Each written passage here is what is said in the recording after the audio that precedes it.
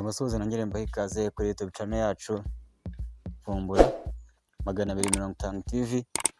Nkuko bisanzwe rero uyu munsi tukaba tugiye kuvuga kuri cryptocurrency nk'ibisanzwe, right? Ariko tukaba tugiye kwibanda ku kijyanye na wallet. Ese wallet ni iki? Ese ni izihe wallet zikoreshwa hano iwacu mu Rwanda? Ni izihe wallet zikoreshwa hari i Burundi? Ndetse n'izihe wallet ziri popular ku rwego rw'isi? Icyo rero nicyo tugiye kurebera hamwe. Ese wallet ni iki? Ese izo wallet zikoreshwa gute? Nizere ko muraza kuba muhabaye, kandi nimba rwose ari ubwa mbere musuye ichannel yacu, ushobora gukanda ku nzogera ndetse ugakanda no kuri subscriber kugira ngo tuzajye tugenda tubana 5 kuri 5. Right, reka dutangire rero nicyo bita wallet. Reka tubanze dusesengure tumenye ngo wallet ni iki. Ubundi mu magambo make, wallet ni programme cyangwa ni application ishobora kugenda igufasha kubika imfunguzo rusange cyangwa imfunguzo ziri prive. Izi mfunguzo rero nizo ugenda wifashisha mu gusekiriza konti yawe cyangwa mu kwakira ama cryptocurrency agiye atandukanye. Yes, wenda tugerageje kuvuga nko cyo bita imfunguzo rusange, ngira ngo mwese murabizi ko habaho icyitwa wallet address. Wallet address ni public key, ni imfunguzo rusange, imfunguzo ubasha guhereza mugenzi wawe nawe ukoresha cryptocurrency akakohereza coins izo arizo zose zikagenda zikugeraho. Right, izo nizo mfunguzo rusange ahangaha baba bavuga. Rero izo mfunguzo rusange tuzisanga ku cyo bita wallet cyangwa ya application. Yes, ikindi imfunguzo ziri prive, wenda icyo nazivugaho, ngira ngo murabizi ko hari uburyo umuntu aba agomba gusekiriza konti yiwe binyuze mu cyo bita password. Ubwo password twayigira nk'imfunguzo ziri prive kuko niweho wenyine ugomba kuba uzizi. Ikindi twavugamo ni kijyanye na recovery phrase. Kuba utazi recovery phrase rero, ngira ngo nko muri trust wallet, muri za metamask n'izindi nyinshi, ni amagambo bashobora kuguha ari hagati ya magambo 10, ashobora kuba ari 12 cyangwa akaba ari amagambo 28. Ayo magambo rero niyo bita recovery phrase cyangwa private key. Ayo niyo magambo rero uba usabwa kubika ahantu h'umwihariko, apana kuri telefone, kuko telefone ntago iba yizewe cyane. Umuntu wari wese yaguhakinga akabasha kubona izo key cyangwa izo mfunguzo, kandi yazibonye no kuvuga ngo naza cryptocurrency zawe uhora udinze kuri iyo wallet yawe wahisemo gukoresha. Icyo gihe aba afite ubushobozi bwo kuba yazigeraho akazigutwara akazohereza ahandi hantu. Right, niyo mpamvu rero iyo bigeze kuri izi mfunguzo ziri prive, biba bisaba ko nimba baziguhaye uri gufungura icyitwa wallet, uba ugomba kuzikipinga far away cyangwa kuzibika ahantu kure. Urugero, ushobora gufata nk'agapapuro gasanzwe ukandikaho izo recovery phrase cyangwa ayo magambo 12 cyangwa 28 bitewe nuko bayaguhaye. Ngira ngo murabizi neza ko no muri Pi network ino coin turi kugenda tumayininga, cyangwa muri iyindi turi kumayininga yitwa Bitcoin Satoshi, ko hari icyitwa wallet hari wallet runaka tugeze gufungura baduha recovery phrase. Ngira ngo muri kubyibuka mwese abantu nimba mu mining zino coin. So izo recovery phrase by'umwihariko bakubwira ko ugomba kuzikipinga neza, kuko iyo uzibuze cyangwa mugenzi wawe akazibona aba afite uburenganzira bwo kuba yakwiba coin zawe. Okay, ikindi wenda iyi kofi y'ikoranabuhanga cyangwa se iyi wallet yagufasha, no kuvuga ngo yagufasha kubijyanye no kugura cyangwa kugurisha coin.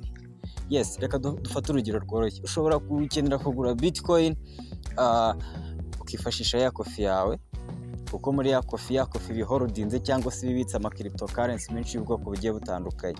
Bavuga uti okay, reka njye kuri Bitcoin ngure Bitcoin. Ushobora kugura Bitcoin. Ibyo tuzagenda tubireba muri video zacu zagenda ziza. Ikindi, ushobora kugurisha Bitcoin mu gihe wenda ukeneye amafaranga yo gukoresha mu buryo bwa fiat cyangwa muri no mafaranga dusanzwe dukoresha.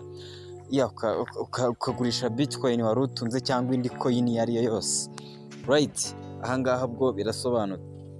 Okay, wenda kandi kantu gato twavuga ahangaha ni ibintu bijyanye no kuba wakoherereza nk'inshuti amafaranga like famiye ariko itaba mu gihugu utuyemo, iba nk'ahandi hantu aho ariho hose. Uburyo bwa cryptocurrency ni uburyo bworoshye cyane mu bijyanye no kuba wakoherereza abantu amafaranga. Ntago bacaginga ugereranyije n'amafaranga ari fiat, kuko ni uburyo buri cheapest cyane. Wenda urugero nabaha, reka tuvuge ko ugiye gukora transaction yo kohereza, tuvuge amadolari 100 ku muntu uri muri Amerika se, Belgique, USA, Germany n'ahandi henshi. No kuvuga ngo nimba nawe akoresha uburyo bwa cryptocurrency, uba ushobora kumuha amadolari 100 akagucaginga byibuze nk'idolari 1.5 cyangwa idolari 1 gusa. Mu gihe iyo ukoresheje uburyo bwa Western Union, uba ushobora gucibwa amadolari ari muri 15 kuzamura, right?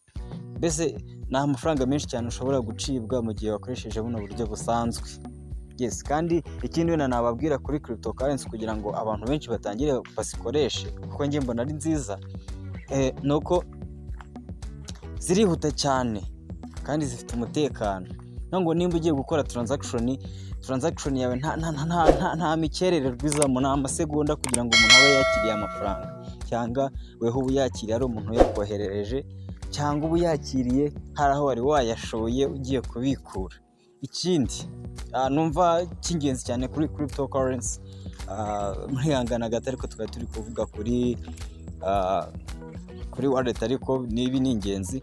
Ikindi kintu izi cryptocurrency zagenda zigufasha by'umwihariko ni mu bintu bijyanye na independence. Urugero, hari igihe uba ukeneye kohereza amafaranga 5 miliyoni ku muntu aho yaba ari hose, ugasanga ugiye kuri banki usanze bakinze cyangwa ntibakoze ni muri weekend, ugasanga harimo ibintu byinshi nyine biri kugenda bikubera imbogamizi, ukabura uburyo ibyo bintu ubikoramo.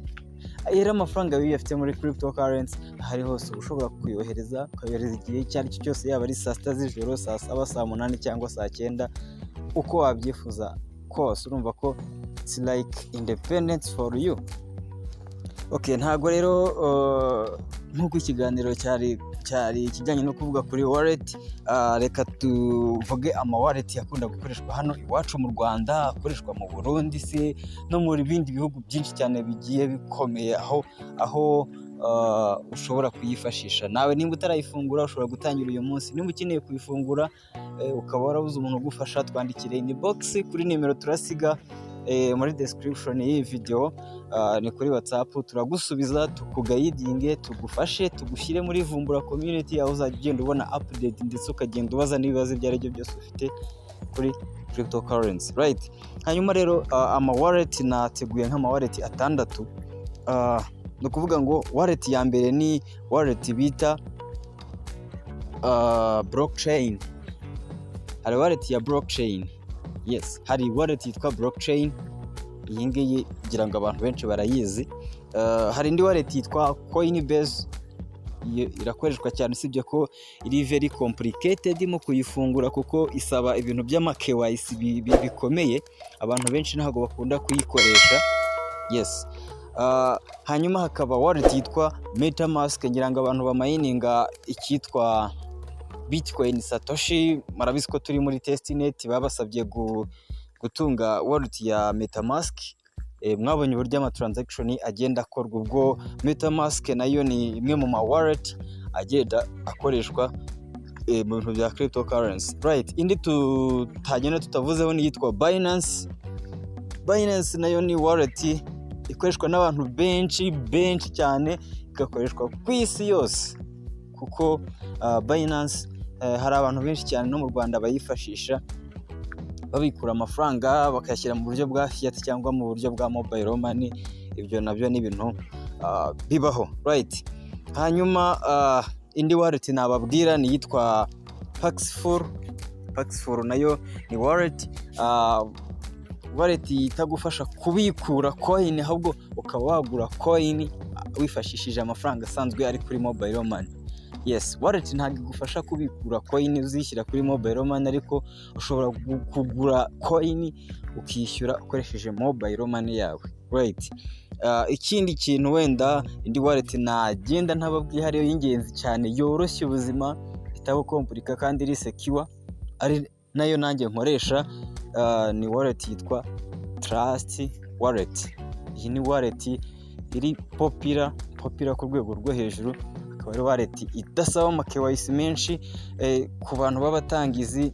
Ngiye ku giti cyanjye numva iyi ariyo wallet buri wese yagakwiriye gutangiriraho kuko iroroshye cyane, ntabwo ikompuritse.